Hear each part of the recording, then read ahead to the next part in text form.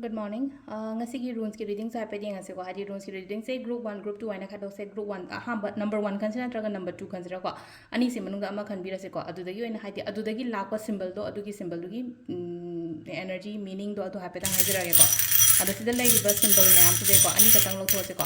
lokthoi ba ani shidegi ko ahamba symbol si lower se ko ai number 1 sida na hadi si thamai oina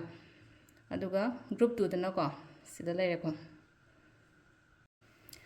balai ba symbol sin mus kari symbolize to ge ham da khitang changes kum balak pang si ha chana hadi change se apha balak kani ko aduga hadi engonda hadi abundance prosperity in has na samna ha ba da keno ma apha ba oija oi thak chang ko ko pa adumai na gumba oina oire ko aduga hadi keno ma tawba ngam mamdre kaina khalla se ba adugi do break tawraga aina tawba ngamba pangthokpa ngamba adumai na gumba lai ko season adum overall aham bagi symbol 1 se khan bangai positive oi ko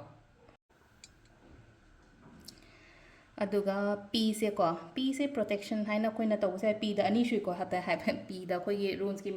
ki reading da p se ha symbol p mana ba ani le dunga si kisna mu han aina thaba inkhang cha thok matam da ingonda adum lightin khoramaga chatpi o shona ise nga pi sen pi ha bagi adugi wakalon da maina gumba chatpi ba ha tar se lai se ko aduga amana mu lein ko se da ha ti ko khatang akoi gi lay kanoma boundaries ama lay na khala se ba adugi boundaries tu dagi ha di lalaga thola aga thaba ingkang to biu ko hadi limit ta hadi comfort zone da laigono ba comfort zone da laigono khatang thola ko laga da mane gum to biu ko daw nung kari kra dum khara ya gani ko ya ba budi ko aduga asau gum ba khara phada biu ko adu se lai re ko yinga si gi oina rules ki reading se myam thank you